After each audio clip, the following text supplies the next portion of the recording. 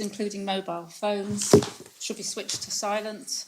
I'm Deputy Catherine Curtis, the chair of the panel. My name's Conitard Mark Labby and I'm the vice chair. Deputy Poiret, panel member. Deputy Helen Miles, panel member. Constable Richard Vibert, Minister for Children and Families. Deputy Malcolm Ferry, Assistant Minister for Children and Families. Keith Posner, Director for Improvement and Transformation at SIPES.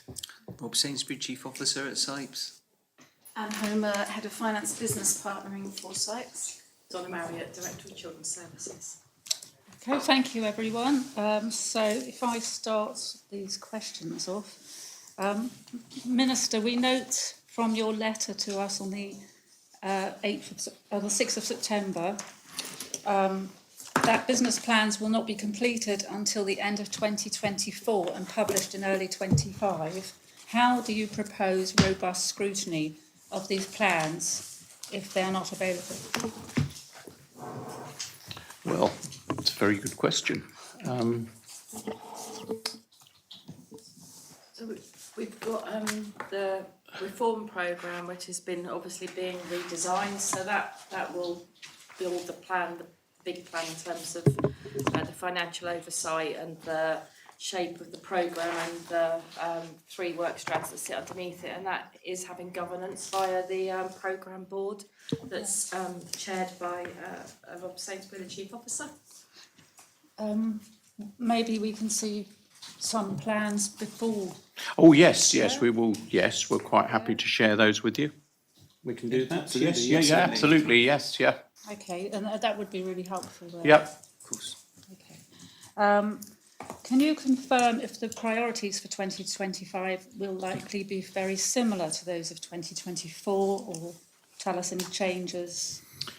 Well, there's three main themes in there: supporting families, loving homes, and care and support. So there are changes, although those are all themes that are with us today. So within supporting families, we're looking at multidisciplinary service development, system-wide quality improvement, practice model enhancement, and of course we're back to the therapeutic practice model implementation, which is quite important. Loving homes, we're still developing some of that, but key to that is establishing our estate strategy, and within the government plan, of course, that's in our capital investment plan.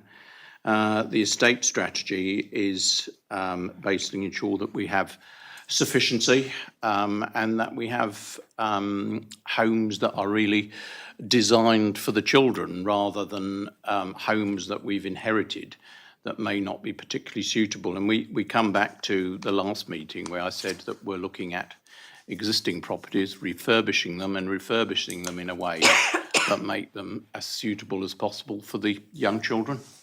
Yeah. And then we have care and support. So we've started a redesign of the work of the corporate parenting board, which we covered again with the subgroups. We've already created that structure. We're working on creating the Children in Care Council, and we had put that out with a third party, but we've brought that back in-house because we were, I suppose I can say, we were unhappy with the speed at which it was being developed. And then another key part of that is the care leaver entitlements. I know Donna's done a further review of that package. I would think that end of the year?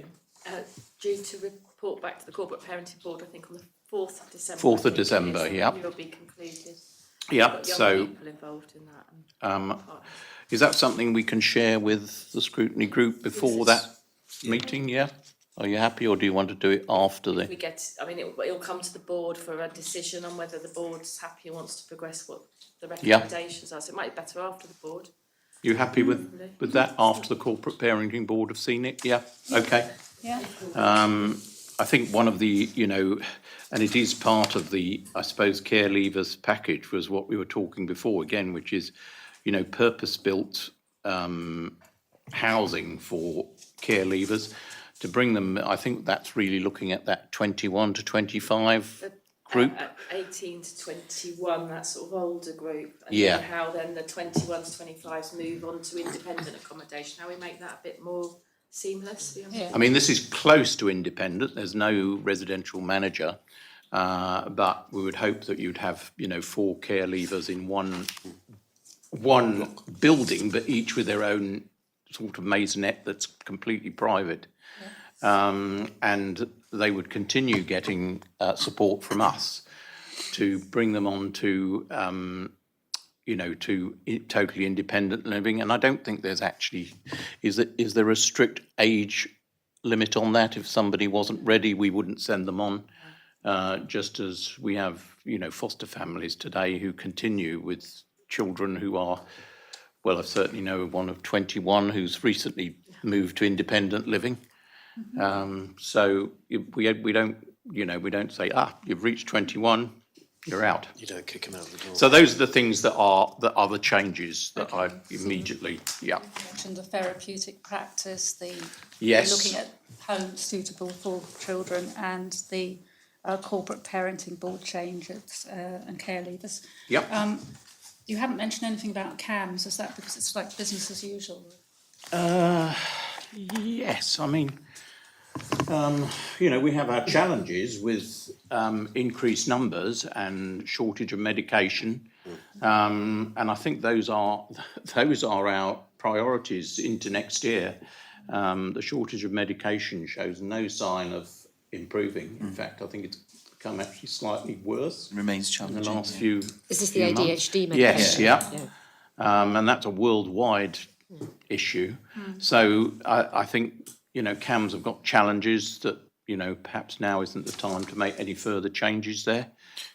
I think the changes over the past few years have been very successful. Are you able to say anything? They have. What I would advise the panel, though, is that we have come to the end of the mental health and wellbeing strategy that was developed for CAMS, that was part of the business case for investment. And so next year will be a year of engagement and consultation around the next stage of that, then I guess where the direction of travel is for the service. So continuing the benefits of the strategy from before, and what do we need to look at going forward in the future as well. I think there will be a particular focus on transition and how we get a seamless pathway into adult services. We know that that's something that the panel have been contacted about.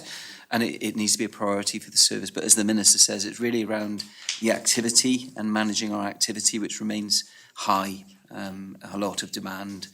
I mean, I do give them their due that whilst there are some issues in that transition, they have got young people that they're still looking at. There's, I think, one at the age of 23 that is still under their care. So, there are some.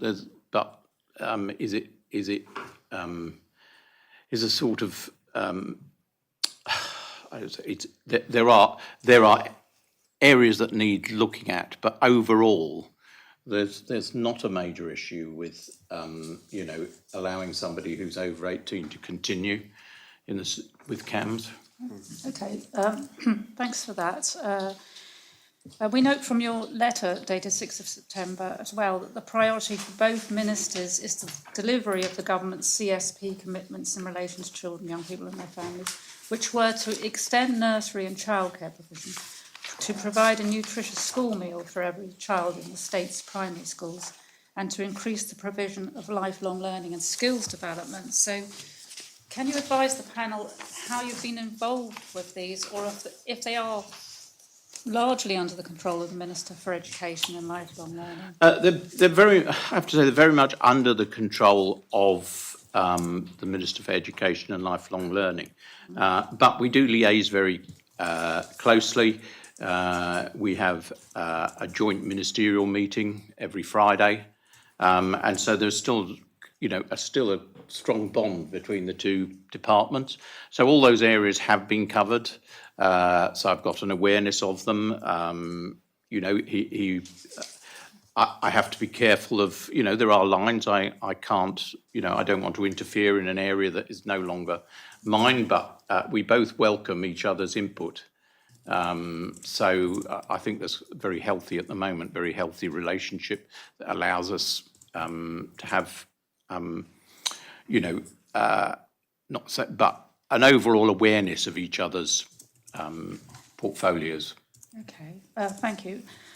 Revenue expenditure Right. for the life of the Children and Families Plan is shown as 55.9 million for 2025, 55.3 million for 2026, 55.2 million for 27, and so on. So there is a decrease during the life of the budget.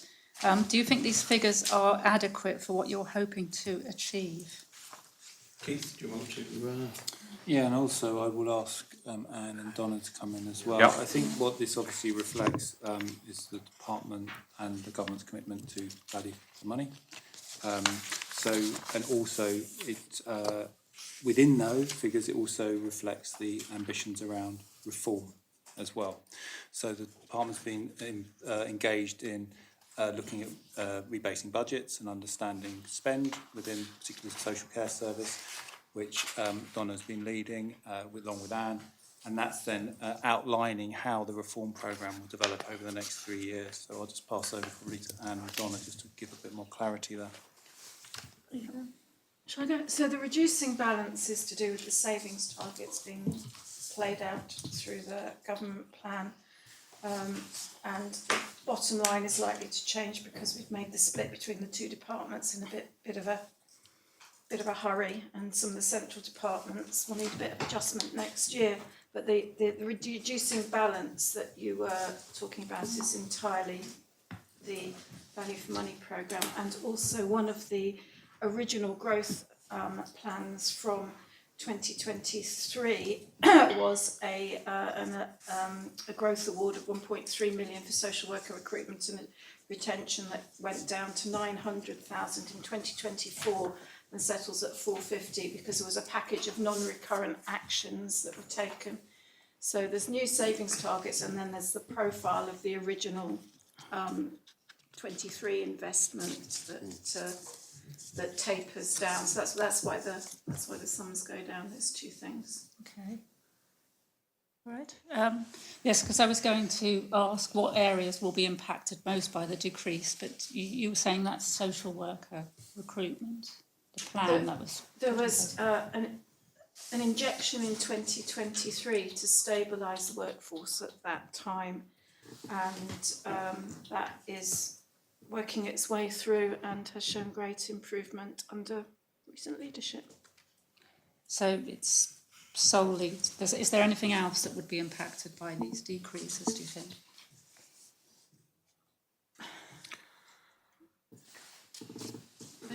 I don't...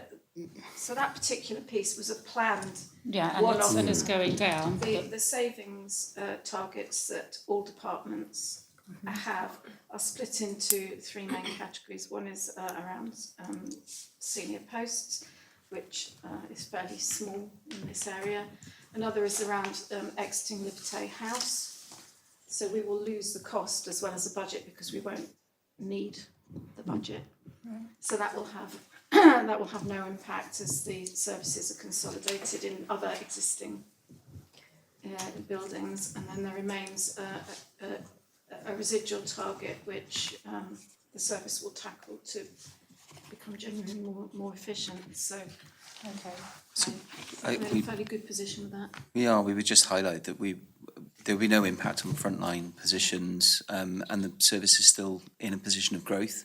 So we would have to look at monitoring and adjustment, but it is also a demographic driven service. So if there was demographic pressure and that impacted on the budget, then we would obviously need to talk to the treasurer around that, and that's quite a tried and tested model that we have. We obviously can't refuse to bring children into care. We have to bring them into care. We have to have the funding to be able to do it. So we're well versed in that space. Okay, so that may change. And I think there is recognition that we are in that position. That, absolutely. That the unexpected can happen. in which we have to have funding in that, you know, we could have additional children brought. I think there is recognition, isn't there? Yeah. Absolutely. Okay. All right, just one more question on that. Will these figures be adjusted for inflation? They have inflation assumption in them, in the same way as all other departments. So the inflation assumption in 2025 is 1.7%, which was the fiscal policy panel figure. Okay. And that usually gets adjusted in each annual plan based on generally September RPI, but also looked at in context of fiscal policy panel projections as well. So there is always some inflation, but it's RPI, and our services may experience, we're not a household, so we may experience different types of inflation, and if we have trouble with that, that would be part of, for example, if we have more children come into the service and we need more money, we would build into that the non-pay element of it. So inflation is difficult. The basket, the RPI basket is not an exact doesn't reflect, match, but there is something in there. Okay, thank you. I think that's you now, Heather. Thank you. Something that you mentioned before, the government had to divide the SIPES portfolio into two separate heads of expenditure following the creation of children and families and the education and lifelong learning kind of bits. Can you tell us whether that split's been fairly straightforward, or alternatively advise us where the areas of crossover are with the budget lines? I think the sort of main headings were fairly easily split, but Anne will be able to tell you, and Anne did say that there is still some detail to be sorted. So Anne, you might be able to explain to us, but the main headings of doing that were fairly straightforward. So the main chunks, which were the children's social care services, the youth service section, and CAMS and wellbeing, moved entirely as a chunk, unimpeded, into this head of expenditure. The bit that proved difficult were all the central services, so business support type services, and that we weren't going to do it, and then we were, and I was actually on holiday when it happened, so having had a chance to look at it since then, we will need to make some adjustment, because otherwise we've got essentially Keith's functions, just to make it clear, have been supporting both sides, and actually getting a fair split of that based on activity. That will need some adjustment, but it still has essentially one manager, but delivering a services to two different heads of expenditure. And I don't think we have quite got that right. Okay, because we asked the same question of the Minister of Education and Lifelong Learning when we saw him last week, and he said that the interaction of CAMS in schools was one of the main areas of crossover, and we were just wondering whether that's had any impact for CAMS. Shouldn't do, because that would stay with us. Yes, So from a budget That point service of view, is, yes, from a budget point of view, that's still ours. so I think the Minister was outlining that that's probably one of the more prominent operational interfaces that happens. We are keen, and we've continued to work as one department. We think it's really important that the services continue to have interface across the professional disciplines and across the services. They are a family of services, but then is now distinct recognition that the budget requirement sits within the Minister portfolio. So operationally, we are purposefully trying to make sure we don't lose integration. Okay, so if, for an example, a school identified the need for speech and language therapy, Keith's smiling at me already. Speech and language therapy, for example, that is a service that is provided by CAMS. No, it would be provided by HCS actually. So that's even more complicated then. So if I expanded the question to say, well, if the school identified that they needed a speech and language function, and CAMS also identified that they needed a speech and language function, how is that reflected in your CAMS budget? You then have to go to health, do you? We commissioned the service from HCS, and we have provision directly through HCS for speech language therapy. So SIPES would commission from HCS. Yes. And then that would be done, so that is part of your integrated thing, so you'd expect CAMS and school to be agreeing over that, and then you would commission. So where does the commissioning budget sit? So that will sit in the central. It's one of the central enabling Spanning functions within the two. commissioning team, which spans the two, which then can be, I suppose, independent in that sense from the two services, but working on behalf of them. Okay, thank you. Yeah, it's not straightforward, is it? No. I think we might, probably return to this next year. Yeah, and, okay. Give you some more examples of Thank how you. it's working. The office of the Chief Officer of SIPE, so that would be you, sits across children and families and education. Can you give us some examples? You've got quite a big budget there, 17.6 million expenditure budget for 2025. Could you just give us some examples of what work is undertaken by part of the service for the children and families line? I can. My understanding is that our growth is also will be placed within the central part of the budget and then allocated out to the education department for the CSP growth, that is. But the general functions will be governance, capital planning and support, the programme management team and support team, transformation and innovation team, our informatics service is spread across the two, our communication service, because that's devolved to us in SIPES, sits within the Chief Office portfolio, and the Engagement and Participation Directorate, the libraries, Skills Jersey. Am I missing something, Keith? No. So Skills Jersey sits within that as well, and then It sits within it, across yes. the two. Okay, hence the big budget. Yes. Okay, thank you. From what we can see, the budget for children's social care and safeguarding is the only part of the budget that is expected to increase between 25 and 28, I think from 23 million up to 27.2. Can you just tell us some more about what that increased revenue expenditure is going to be required to do? So that essentially, if we started the previous year's growth in the Office of the Chief Officer, and then as we move forward and the schemes become mobilised, we hand it out to the directorate where it's happening. Of course, when we split the directorate, we've taken it out of a central piece and put it into children and families.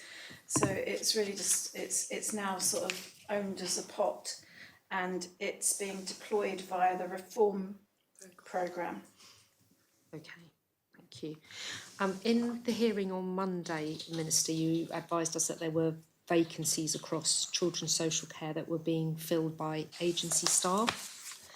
I was very interested to hear that obviously the 2023 injection of cash for the recruitment of retention has effectively run out and reduced to kind of 400,000. Can you be precise about the additional cost to the service of having to put interims or temps into permanent vacancies? It depends on the post, but on average, one agency post costs between 1.3 and 1.5 times as much as one ordinary paid officer. But how many? The key driver here is how many permanent people we've got versus how many agency, and that's the piece that we've been trying to improve with the work that was done up front on that. And if I can add, I think that reduction that you're seeing in the social work establishment is about a piece of work that was agreed some years ago to try to improve recruitment and retention. So it was about the retention package for workers as an injection of a piece of transformation work to see if they could increase permanence across the workforce. And that has had an impact, because obviously there's been a reduction in the use of agency staff and an increase in permanent across the whole system. But it's not where we want to be yet. Okay. So that will need to be reviewed. Okay, and is there anything in the budget for 2025 that is accounting for that 1.5 times what it's going to cost on top of permanent staff? Is it reflected in here in the budget anywhere?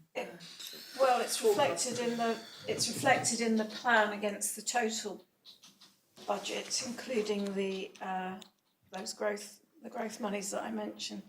So as Donna progresses and achieves more and more people on permanence, that then releases the money back to do something else with. But I think you would say that it would be uncommon ever to lose all agency. It's liable to run Practical.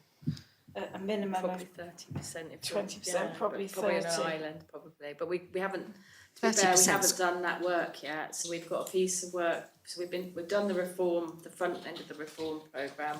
We've rebuilt the budget, what we think the service is going to cost to run properly, so that from 25 we're clear about what we think, as best as we can be in a demand-led service. And then part of the next piece of work we need to do is around the whole of the workforce, about to review what's been done, come back round, look at it again, and understand what we think the modelling and the mapping should look like to get the figures. What we think it would look like. It will never have no agency staff in social work. It's just, all across the UK. And I think, thinking that we're a small island, it adds another layer of complexity that makes it a bit more challenging to recruit.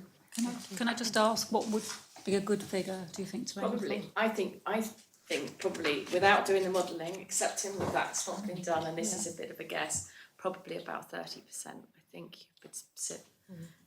In the UK, you're sitting about 20. Okay.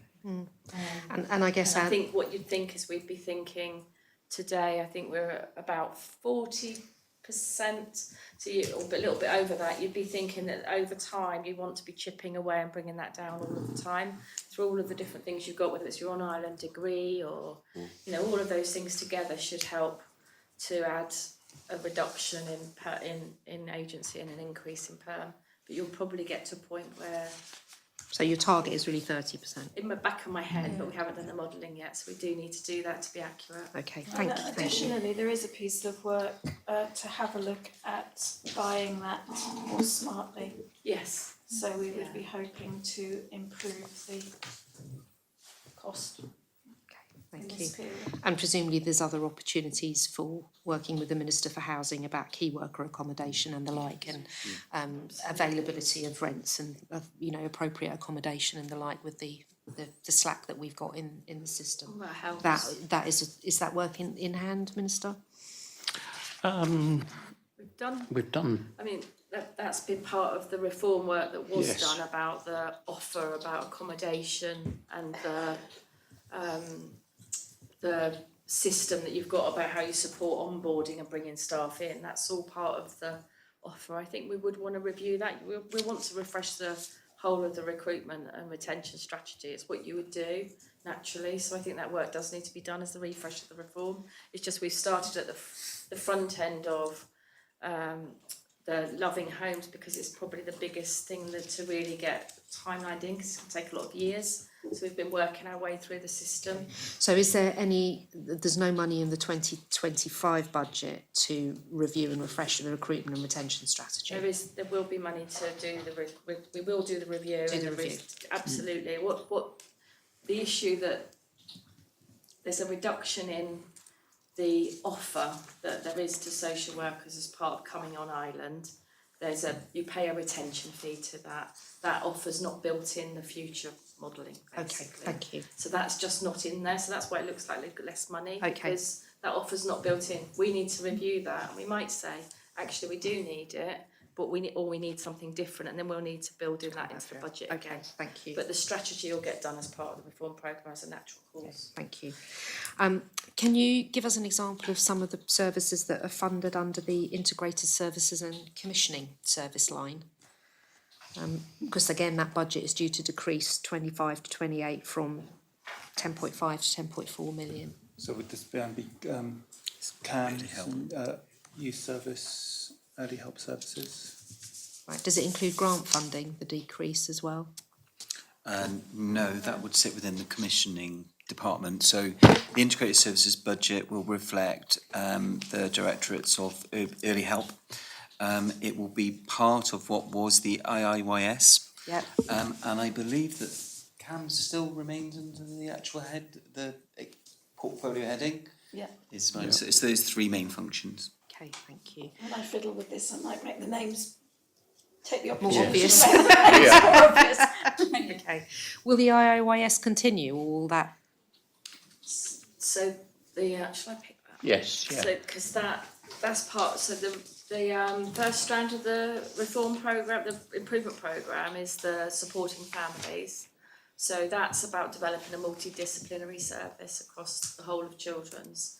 So, and the IYSS has moved into there. Okay. It's going to look different because the But education the function will part still stick with remain. the school. The education part of children's education will sit with the education system. Okay. All of the other stuff, we want to build that team bigger. Okay, so the budget will move from education into children's. Yes. Bits of it will be split. Yeah. Yes, the budget will remain within the budget's MCF moved. portfolio. Okay. The IYSS has moved in, and that will become more of a bigger multidisciplinary service. Okay, thank you. We can also see that the budget for young people service line is due to slightly decrease by about 44,000 between 2025 and 2028. Can you just let us know what that service line is and why there's a small decrease? That's the savings, linked to the savings target. That will be the savings, Yeah, yes, it will come target. from, Just a yes, portion of it. yeah. Is that going to have an impact on the youth service and the youth service projects? No. I would hope not. It's a relatively small amount, so I wouldn't have thought that will have an impact. Okay. Because I think the government's committed future capital, hasn't it? Yes. Yes. Expenditure to particularly the youth project in St The new Helier. youth project, yeah. Is the squeeze in that budget line going to have an impact on how that youth project is funded? No. So it's all rolled into Yeah. into one. Yes. So okay. And the development to build the programme will be supported from the Office of the Chief Officer, so the programme managers will be provided from that part. That won't come out of youth service budget. And there will be sufficient youth service Absolutely. staff to be Yeah. able to deliver the services from within it. Okay, Yes. thank you. Again, reviewing your service level analysis, projected to be a reduction in 19 full-time equivalents across children and families over the next 2 years. Can you just tell us where it's likely those FTE reductions are going to be made? Again, as part of the savings target, and it's a proportion of the senior roles savings target that you see throughout the government plan savings targets. Okay, so it won't be coming from the bottom, as it were, it will be So coming from above further up. grade 11 and So that's the primarily grade back 11. office function. Okay. And, you know, achieving savings through automation and not recruiting into roles. There's something of a recruitment freeze going on, and clearing out older non-frontline service recruitment that was still in the system. Okay, so that's how that will be reflected in the decrease. So we're not actually having any redundancies in frontline staff. It will be done through vacancy management, Exactly. will it? Okay. Primarily vacancy management. Okay, thank you. Talking about savings, I know you've mentioned it already, but I'll ask the question anyway. You've got proposed savings of 537 in 2025, 482 in 2026. Is there any other areas other than that you've already mentioned to meet your savings targets where you'll be focusing those? Efficiencies work, I think. Yeah, that's all We- the efficiencies We've work. been doing a lot of work as part of the whole reform and the review. We've been trying to look much more closely at decision making, sign off, all of those things to make those things work well. So that will help to make sure the system runs smoothly, make sure we review our contracts and our commissioning, our grant, you know, all of those things, doing them well. I think we'll deliver a more effective service over time. It's the same as running our residential estate, doing that well. I think we know that will deliver over time a more cost-effective service and a better quality one. Okay, so in terms of impact on children's services, actually it's almost trying to do kind of better with less. Than, Yes. Okay. We should. Yep. I think we should be able to do that. We as should be well able from to the do work that. we've done. Okay. In the fullness of time, once your work comes through. Yeah. For a while, you'll have By the Christmas. system. so- No, not by Christmas. In a couple of years, you'll start to really see that Yeah. if you do improvement well, then later on upstream, it will start you. to do things. And again, that's the impact on children's service. What impact will there be on CAMS from those savings targets? The target's small, isn't it? Yeah. And there will be So a. we haven't worked through those plans yet, but again, it's about protecting the front line, as you've said before, and it's looking at the enabling functions that support those frontline services. Managing vacancies well, I think that does make a difference. You know, you don't have to do everything tomorrow. Sometimes we can take a little bit more time to recruit and fill, and that obviously makes a difference to the budget overall. Okay, thank you very much. Okay. All right, so- Thank you. Yes, okay. So Minister, I'm gonna ask a few questions about Sipes Estates and the budget Right. of it, okay? So the budget includes wording that indicates plans for a Santelia Youth Centre for the Ann Street Brewery site. What can you tell us about that particular project? Okay, I can talk to that. Yeah, so just to recap really, the youth centre will be a youth and community centre, and it will also be a home for the Youth Inquiry Service, which is the frontline advice service for young people. So monies have been set aside in the 2025 budget, and obviously through the CSP it's proposed. So there is a sum of money. Negotiations are still ongoing, of course, and some of that is commercially sensitive.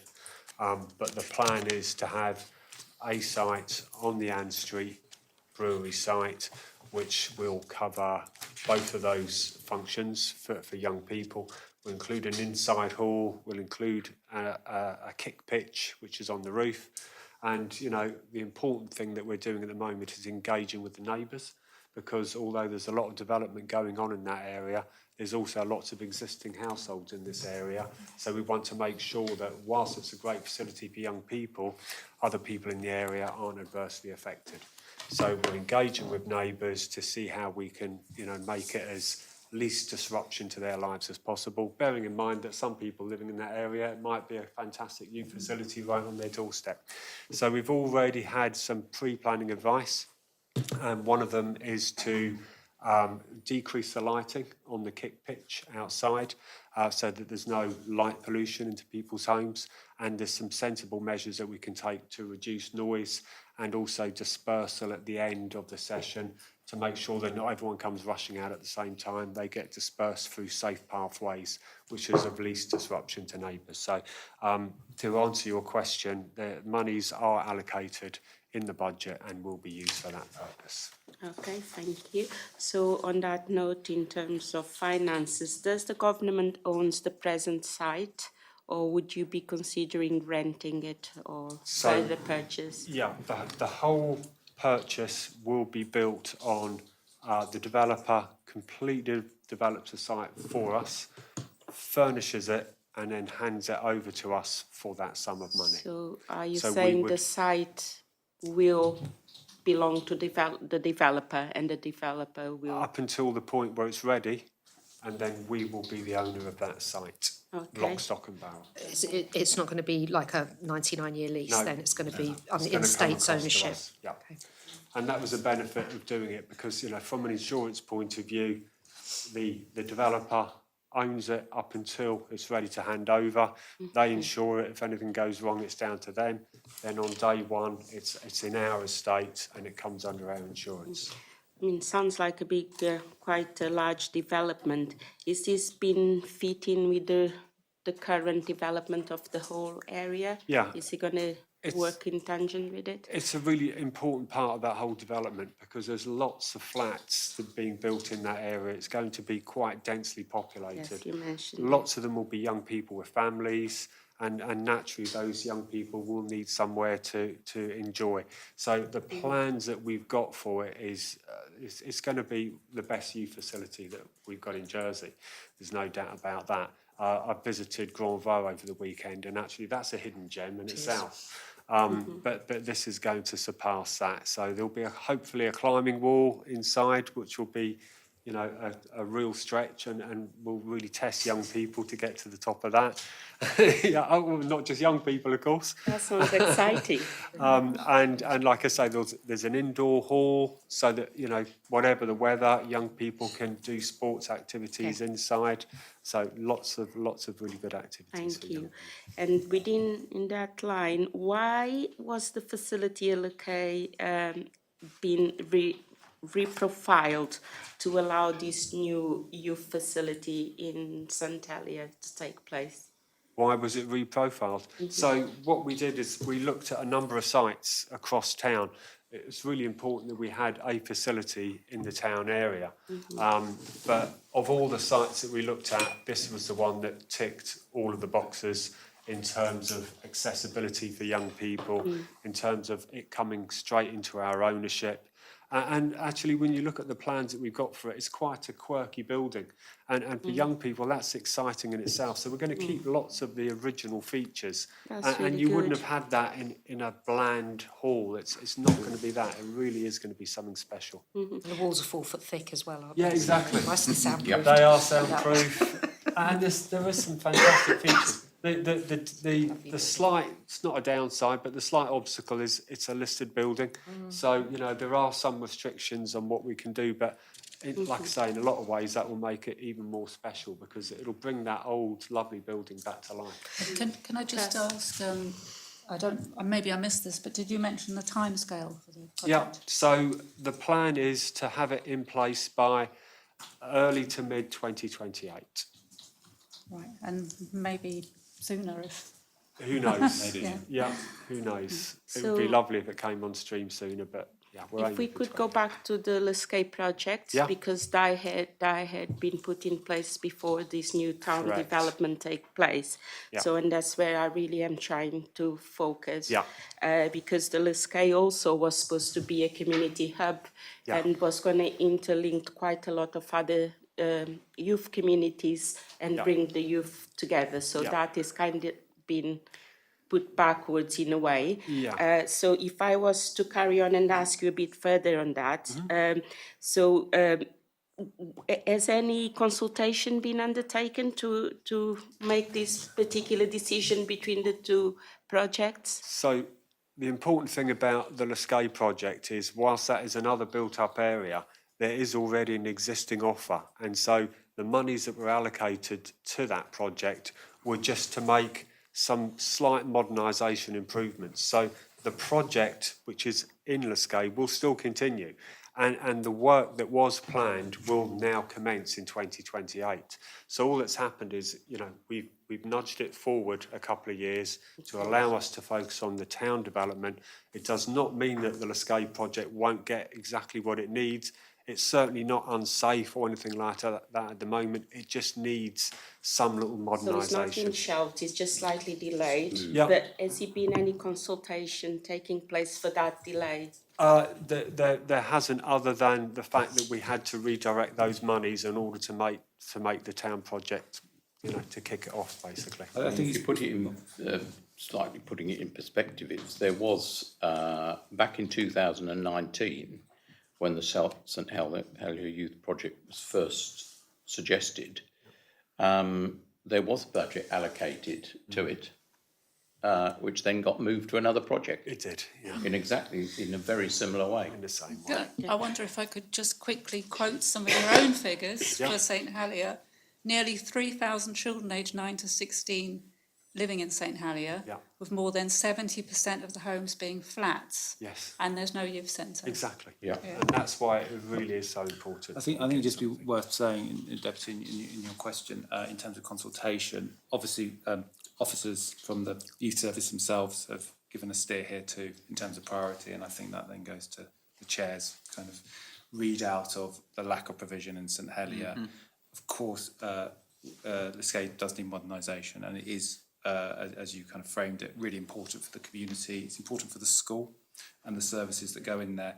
Unfortunately, you know, there will be a delay for that or a movement back in the plan. But then that just reflects the prioritisation and the deliverability of the whole capital Okay. programme. So it just gives the panel a better understanding how these prioritisations took place. Resources can be Yes. dedicated into projects so we can actually deliver those projects. Okay, thank you for that. And I mean, it was, when I delegated youth services to Malcolm, and we had the discussion, in view of, you know, the large number of young people who had no facilities, I actually, it was your number one priority to go back and, because this had been suggested as a potential site before. And so we went back to visit it because the other site that everybody was keen on was never going to become available. Now, we didn't just look at this, we looked at a number of the others. Some are actually far higher cost. But this was in exactly the right location. Was the You know, right it opportunity is where the flats, to, the concentration of flats exists.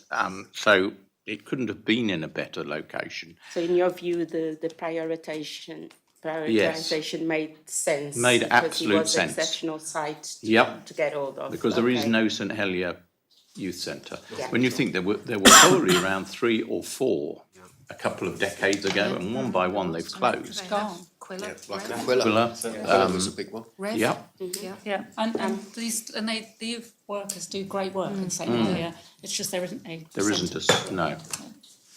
If I may move on to maybe we're going to talk about greenfields a little bit. Minister, on Monday you advised that there would be a future revamp to the greenfield state. Please could you confirm how that will be funded and if it forms part of this proposed budget? It's part of our plan looking at the whole estate and sustainability. I don't think there's specifically anything for greenfields in this government plan. However, we still have to sign off on that plan during probably 2025. There certainly will be in the next government plan. For 2025? Yes, Sorry. and we have a fairly clear vision of what we want to do. Could you give us a and- bit of an insight? What would you be doing in 2025? Or what- I think the overall vision is for let's say a much more caring sort of body, in that there is this constantly, you have secure orders, and at the moment you have very little else, and that's not a situation you should be in. There are numerous other alternatives around the world, and there's there was a fair bit of work done some time ago of those. What you've got to be careful is not to just adopt something from somewhere else. It's got to be something that you tailor for the island's needs. You need to look at having things that are alternatives to secure, so that's non-secure, and of that will involve therapy, and also I'm trying to think of the word now, support for people. So that it's not just buildings, it's a new outlook on how you would deal with young people. When do you intend, sorry, do you want to come in? I was just going to add, I think what we see that site as being is more of a whole site, so it's not just about greenfields in itself. Okay. What we're talking about is it becoming much more of a specialist site where children's needs can be met in a broader way. So you've got secure, because you'll always need secure, some children, but to be able to think of that being able to stretch more, so that as children's needs step down, that they've got another space that they can go to step out of places like greenfields. But the care team, the staff team, can work across those homes in a more sort of joined up way, with the CAMS capacity in there as well. So we'd have CAMS and the specialist service, all wrapped around a group of children who might have quite high level needs. In terms of access, sounds Yeah, amazing.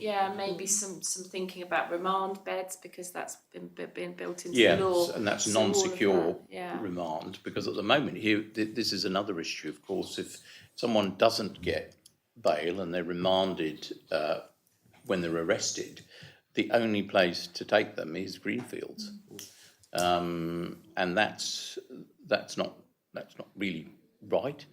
Have you considered bail fostering at all? That is how this would, well, in effect, Well, I that's think how what- this Yeah, operates. Yeah. we're thinking that maybe one of the properties that we may use different in a sort of an emergency bed way, Yeah. but that may involve fostering. So we've got a little bit of creative thinking to do, I think, in that space. We haven't got. So the answer was yes, by the way. Yeah. Okay, so obviously quite a lot of work in progress.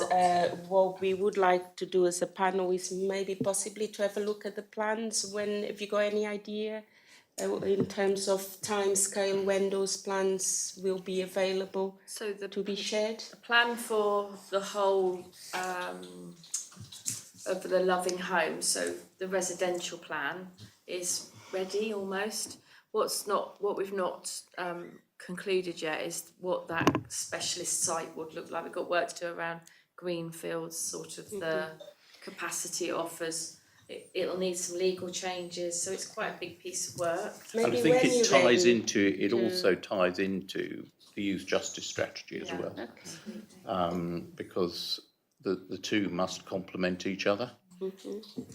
Okay, we'll look forward to get some sort of look into the plans. That would be really exciting. Thank you. Again, Minister, on Monday you spoke about the future ambition to provide non-secure accommodation to young people. So did that be part of the development? This is part of this the plan, yeah, because there are Uh-huh. a number of buildings on that site. I think the Greenfields one is the most. It's probably the most difficult because, you know, ideally, but I mean the trouble is it's cost and everything. You know, ideally a demolition and rebuild would make life a lot easier. I'm not sure that that's something that we can do, but what we can do is redevelop the inside of it so that it is a much better building. We visited somewhere in the UK where it's slightly different, but it was called a secure school, and it hasn't opened yet. I think it was for around 100. It's open now, is it? Strange enough, when I was in Kent, they were advertising for staff, but we'd visited it about a month before, and they had taken, in effect, what was it a prison building? A secure training centre. Prison, and redeveloped it in a way that made it a lot more pleasant. We did find one thing, which was that. And we've still got to follow this up, but the doors we've been told we can't change at Greenfields. They had undertaken those changes within these units with exactly the same doors. So we have to try and find the firm that was able to do that. It's like practical changes. Yes, to the yes. building, So isn't no it? more prison doors. They changed them. We actually have the doors, but we'd been told that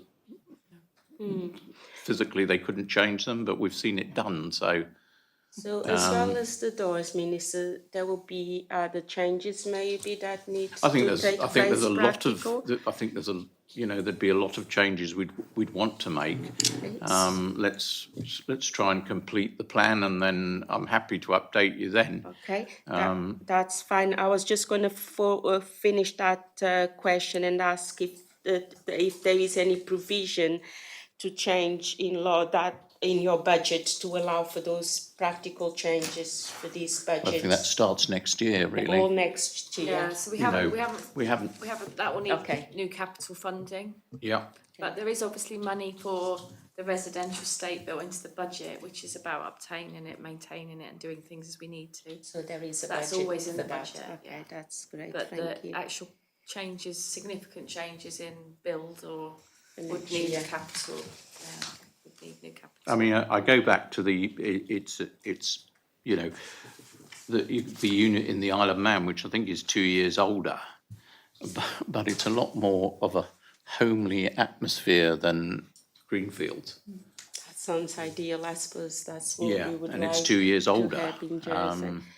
Okay, thank you for that. So we also note there is a figure of 750,000 in the budget for therapeutical children's homes for 2025, but nothing for the following years after that? No, that's the budget for. Yeah, I can Is answer that not? Yeah. Is that cartoon? Yeah, that's for cartoon. Yeah, so that's Sorry, that's named it. it's associated with one of our projects to transform property that we own into a 16 plus Yeah, provision? 16 to 19. 16 to 19 provision, and that is the work that's going to be required in 2025. So we're doing all the planning work on it. It's one of those existing government buildings that we've talked about that's been empty for years. How many units of accommodation I did you think say? is it 4 plus 1? Or plus a Plus the little residential flat, I manager, hope, yeah. for- So like a caretaker? Yes, resident manager, A yeah. manager, So, okay. I mean, it might be something that the panel would like to visit at some point, maybe When we- when we're doing work, because you'll really get a sense, I think, of how the Loving Homes kind of overall I strategy think is work coming starts together. in February. Yeah, absolutely.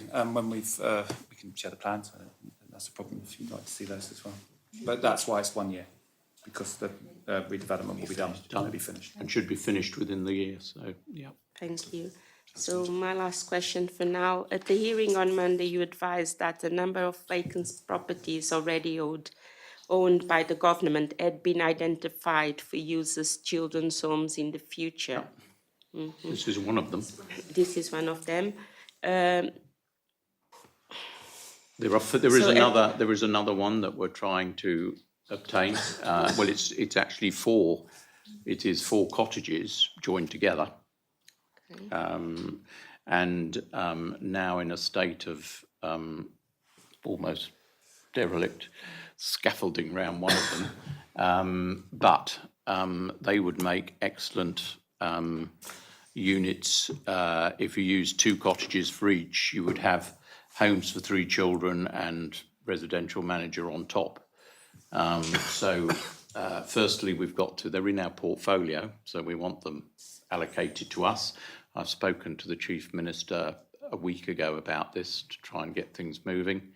And then we have to go into pre-planning to see what we'd be allowed to do, but they would be ideal.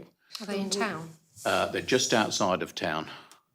So would you say that there is the budget has already been planned for that, or for 2025? We wouldn't, so that's part of the modelling work we've been doing, is trying to understand about all of the options and to look at the properties that we think there are. So there won't be sufficient money in the budget to do all of the capital work, and that's what we need to really pin down a bit more, is to get to the place. So some of the remodelling we've done has enabled us to look at freeing up some money and to use it differently. That will help to reduce the overall cost. Have you thought of any we particular will have areas to- where you would be freeing up the money? This only by moving the residential plan. So we obviously have children in homes. So some homes are going to close that we haven't got control of. As we do that work and we close homes, obviously if they're not open, we won't be running them the same way. So that will reduce some of our costs. So we just need to work our way through that plan over those next 3 years and that's what we've been doing, is working what closes, what opens, and to look at the whole picture. And then then we'll understand fully what's the capital money we need. And so the Greenfield site, we need to do the work to say, how would we run that? What staff do we need? What will it look like? What do we need to change? The time it will take. So then we can build the budget accordingly. So we're a little bit early on. But we have saved, although we had to give the money back, we saved 3.4 million by not going forward with the original therapeutic home and buying another property. You say you had to give the money back. Well, we did give it back. Where did it go? Back to So the money, it goes back into the capital programme. It gets recycled into the capital programme and then the allocation's made out again. Constable, your turn. Thank you. Minister, Infrastructure has confirmed in a letter to the EHI scrutiny panel that the work stream for field developments and play space has been rescoped and cancelled. Please could you tell us why government has agreed to that, considering this government has declared it would like to put children first? Is that the play strategy? That's interesting because we were looking at this in the last week. So, and as far as I think the strategy, as in a play strategy, has been cancelled, but there is a joint sort of requirement across a number of ministries to provide play space, and that's we want to actually put that in our plan. And you're going to give me the full name of the plan, children and. You're on about the improvement plan? Yes, yeah. So what we think we will do is we will put this play within our own plan to be delivered by various departments. And I see that's how we'll drive it forward. There's still a requirement for the developers, particularly in the new development, to provide play areas. So I think I mentioned last time, the one out at St Peter's, we were with the school in the last month, discussing what the children would like in the play area, and we will go out to the youth club. So there's a requirement there. I think it's just a case of managing it. But in the government plan, there is monies allocated for outdoor play spaces for children. So there is La Rocquier Sports Field, there's First Tower Field, and there's Grainville School Field. Those are going to be delivered in 2028. It's not play so much. 2028. 2028. That's not play so much. Well, it's outdoor play spaces. It's improving some outdoor play spaces. So I think we just on that, I know that obviously you very strongly of the would like to see La Rocquier facilities supported. So we're going to continue the feasibility work there, and then see and work with our colleagues in Treasury, see if that can be funded within the lifetime of the programme, because the Deputy is absolutely right, the funding within the government plan line for play, field development and play shows up in 2028. There were initial discussions around First Tower Field, which we've spoken about, I think, here as well, which does have a big element of play associated with it, as well as providing kind of outside space for the school. However, that's quite complicated. It's not in our ownership, so we'd have to work through whether that's going to be achievable or not. But this is around reprofiling the capital plan and prioritisation. That's why there has been money left in the plan, but there are obviously a few years leading up to where we do all the feasibility work to see what we can do in 2028. It's just worth also noting that this year a new place area for St John's School has been completed as part of that programme. What a surprise. But we haven't. You carry on. I was just going to correct as well, because I think I said the Children's Improvement Plan. It's the Children Young People's Plans for the Children big and plan. People's Sorry. Plan, yeah. So my mistake. I can't remember all the names. Yeah. But we haven't put it this way. We have certainly not given up on delivering play areas, even if the strategy is no longer there. What involvement did you have with the decision to cancel this programme, Minister? I'm so sorry. Well, the play space has been rescoped and cancelled. So the projects that we've spoken about really sit with the Minister for Education and Lifelong Learning, because they're associated with schools, and in terms of the discussions around government plan, ministers were appraised of different options, and through different workshops and through the Council of Ministers, the prioritisation for the plan was agreed. Sorry, I But thought don't this. worry. I know because that was the infrastructure minister, was it? Because the play strategy, I believe, originally sat with sport. And my understanding is that it's between 3 different Yes, it should be. I departments. wasn't aware we'd sort of. But then would need someone to lead on it. Well, Are that's- you that- saying that's- education or? Well, if No. you- I think if you're making reference to the capital amount in the line, that money. was associated with developments for school fields. Absolutely. Absolutely. But the way- That's how it may have been interpreted as wider play areas across the island. They were specifically for upgrading for fields.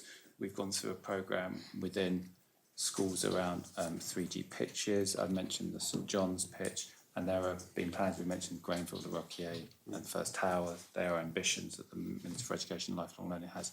I think that's it's almost the question is for the Minister for Education and Lifelong Learning in terms of for those pitches, but it's not just general play space, if that's a misinterpretation. But for the more general play spaces, we intend to put it in the, tell me the name of the plan I keep on forgetting. Children and Young People's Plan. Children and Young People's Plan. So we're going to incorporate it into that so that it is not lost. Yeah. And we will expect the other departments to play their part in delivering those. You've consulted about the decision with regards to your responsibility for coordinating policies and actions across government which improve the well-being of children. Is that a statement that you believe in? Yes. Yes. Good. Apologies, could you I just need to step out for a minute. Sure. Absolutely, yeah. So how was the balance of these projects decided on with regards to play space? How And was you the say- balance between ministries decided on? Was there a process that went through that? It's just that it might be worth announcing publicly now at this scrutiny panel that there's a play space in Grouville that's going to be closed down next year because the government is no longer going to fund it. Yes, but I actually haven't been consulted on that. Interesting. I just thought I'd like to Only make know that public. because you've told me.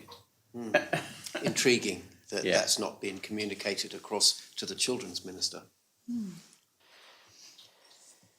So if you would like to, if you want to formally write to me and tell me about it, then I will. I'm unable to do that at the moment because we don't own it, but I will do certainly. Yes, if when you can, right, I will try and take that forward. I thought it'd be worth making that public because it's going to be quite a big topic in the future. So do let me know. Good. Well, I know now, but I need you to raise it formally. How were the voice and recommendations of the Youth Parliament considered? Because they had one of their biggest votes came for the right to play in the Youth Parliament, and we were very keen to see that enacted. But how was the voice and recommendations of the Youth Parliament considered? Well, I think the fact that we're the department that included in our plan shows our commitment to delivering that. And I know that I can see you smiling, but we will take a line to get play areas developed and yeah. I hope so. Just there was also feedback through the Director of Engagement and Participation. So from the school council, they gave specific feedback about play, and that's why the ministers made sure that for this portfolio, we influence the strategy, we influence the future development through the Children Young People Plan, but that will span across the Education Minister's portfolio for sports fields, and then the Infrastructure Minister for intentions around public realm. So we have an influencing factor, but the budget and the capital is unlikely to come into this minister's portfolio.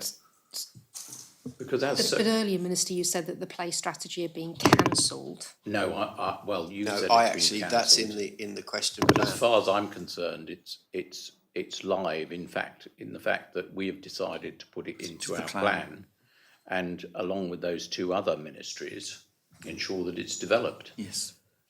So has the play strategy been published? No. No.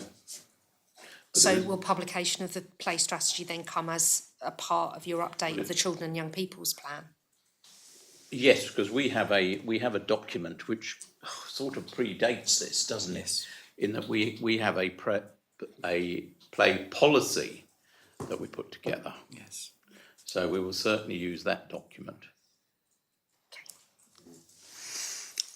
Minister, no child rights impact assessment is required for the proposed budget proposition. However, can you confirm if your advice was sought on any particular matters as part of the budget drafting process?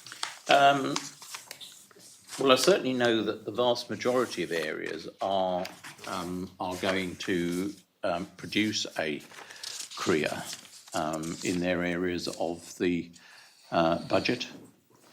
I think that's pretty. Is it every ministry? I'm not. Yeah, I think all the ministries are going to produce CREAs. So I have a list of those that are due to be delivered. So in that, have I been made aware? Yes. Is the answer to that. Do you think the government could have done any more to consider impact of the proposed budget on children? I think we've looked at every area of the budget that is going to likely have a direct effect on children and produced a CREA for those individual proposals. Yes. We note that alcohol and fuel duty is due to be frozen as part of this budget to help islanders with the cost of living.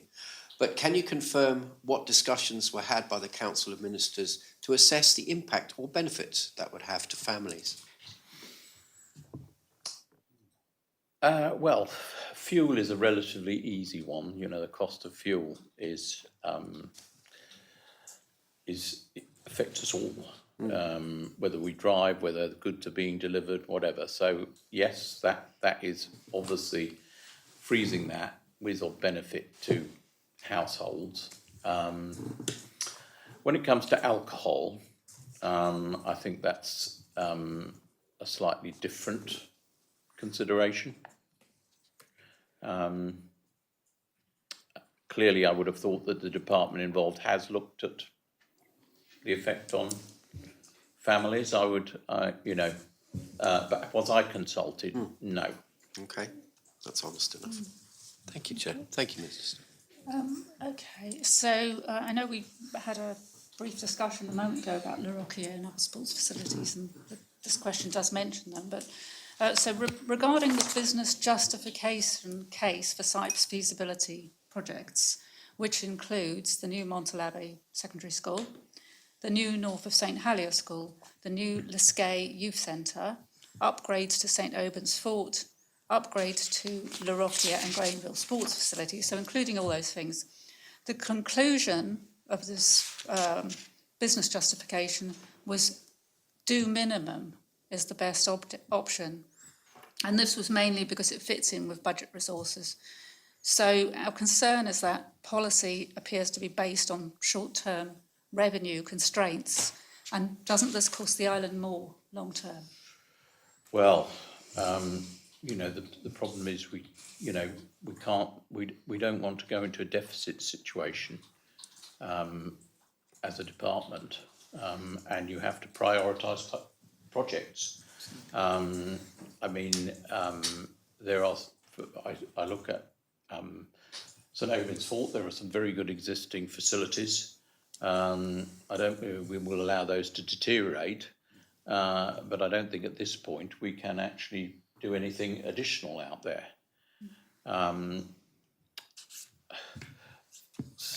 I don't know if anybody's got any further. There simply isn't capacity to be able to do all of the ambition. We wouldn't be able to meet all of the ambitions set, even if revenue was available. And there are major projects announced within the plan, which are well versed, most prominently the hospital. It would be incredibly difficult to achieve all of this ambition within the timeline. So the projects have been prioritised based on affordability and deliverability. So, yeah, I understand that, but that does mean that it's going to cost more long term if things are not done now and kept in good condition. Well, our aim is to try and keep them in as good condition as we can, but we can't. We're not in a position of complete replace at this moment. Okay, so my last question, Minister, to end the hearing, please can you tell us the top 3 things that you hope this budget will achieve for your portfolio of children and families? Oh, right, okay. The new town youth centre. Trying to think now. You've got me. Malcolm. Better outcomes. It's your fault, Mel. Yeah, better outcomes for children. Yes.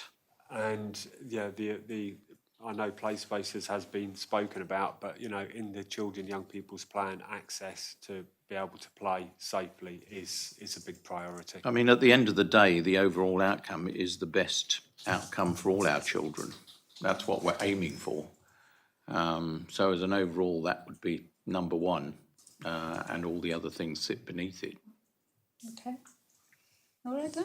Okay. Well, Thank you very much. thank you very much, everyone. Thank you. Yeah, well, We off, Bess? I think so. I don't know.